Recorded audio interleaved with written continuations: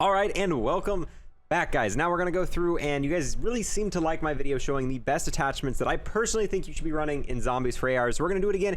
We're going to move to the second weapon class this time, and we're going to move on to the SMGs and the attachments I think you should be running for the SMGs in this game.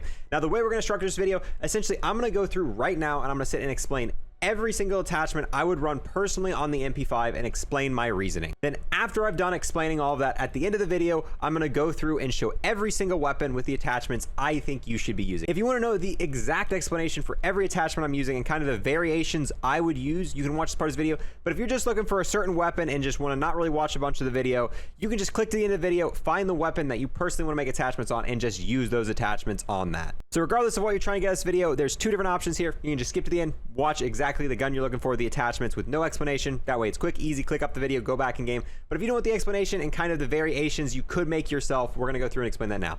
So we're gonna start off, I'm just gonna do the MP5 because the stuff I explained for the MP5 almost 100% directly relates for every other SMG. Now we'll go ahead and break it down attachment by attachment. Starting off, the optic that I run on just about every gun that has the option is this micro flex LED.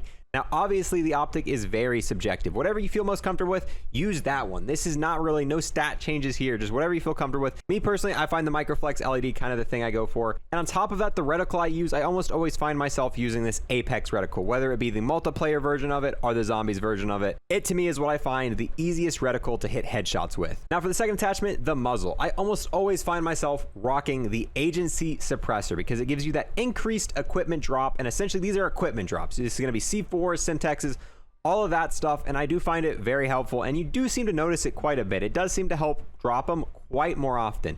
Now, as you can see here, you do get a negative 25% effective damage range. Now, a lot of people see that and it scares them away from using this attachment. Effective damage range. They feel like their gun's gonna be doing less damage and it's gonna be weaker. However, that's not really the case. This is essentially the range of the weapon, and the drop-off range for SMGs in this isn't that short. So for the most part in zombies, I almost never find myself killing zombies at a far enough range to feel this negative effect. I feel like while running this barrel, there have only been a handful of times where I've even shot zombies far enough to feel any sort of effect from this negative effect. And it's such a minor thing to begin with that this negative effect is not really going to affect you for the most part. However, there are other barrels that do the same thing that this one does, but as you can see here, it gives you a negative 10% shooting move speed. Now, this is something that you're going to feel a lot. I'm constantly shooting and moving in zombies, and you're gonna feel this shooting move speed quite often, and I wouldn't really recommend this one because it does have a negative effect that you're gonna feel, and this barrel does the same thing, and it's not gonna really affect you in any meaningful way. Now, the barrel attachment's a pretty controversial one.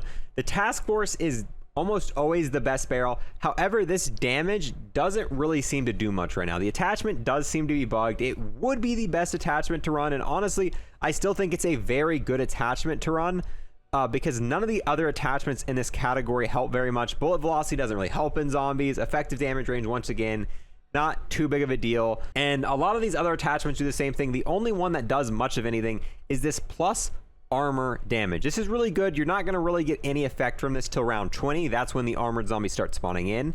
And if you're going for high rounds, you're going to kind of drop off your starting weapon around round 20 anyway to try to get a wonder weapon.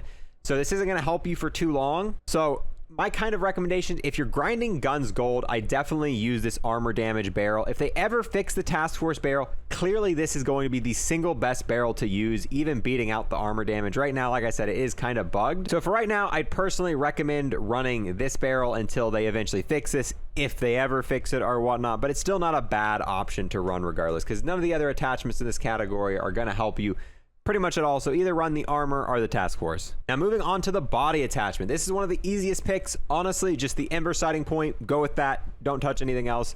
The reason this one's so good is it gives you increased salvage drop. Now, this is kind of the blue and green salvage you see on the map that's going to allow you to pick up more of that, which is always good.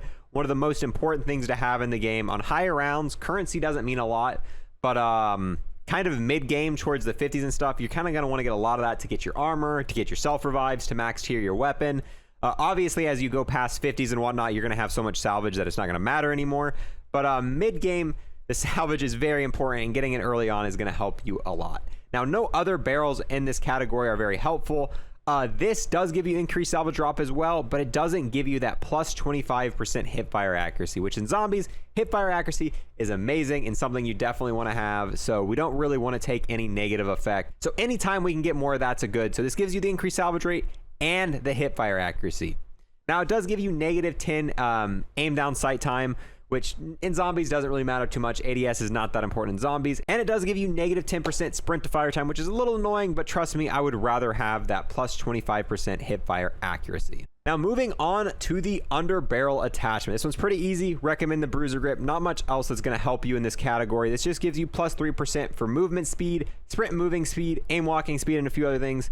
Whereas the other attachments give you a little bit more here and there, but along with that, they give you some negatives that you don't really want. So trust me, run this one, pick it, go to the next. Then we move on to the magazine. And for the magazine attachment, for pretty much every weapon in zombies, I recommend the last one. The last one's going to give you the most positives, and the only negative you're going to get is negative ADS time, which in zombies, like I said, ADS is not super important because hip firing is really powerful in zombies. So yeah, for the magazine attachment, pick the very last one, move on for that as well. Now we get into the handle, and honestly, this one's just kind of a mess around attachment. If you want to mess around and do some dumb stuff like drop shotting zombies, these ones kind of help you, but at the end of the day, they're not going to help you get any better at zombies or kind of go to higher rounds.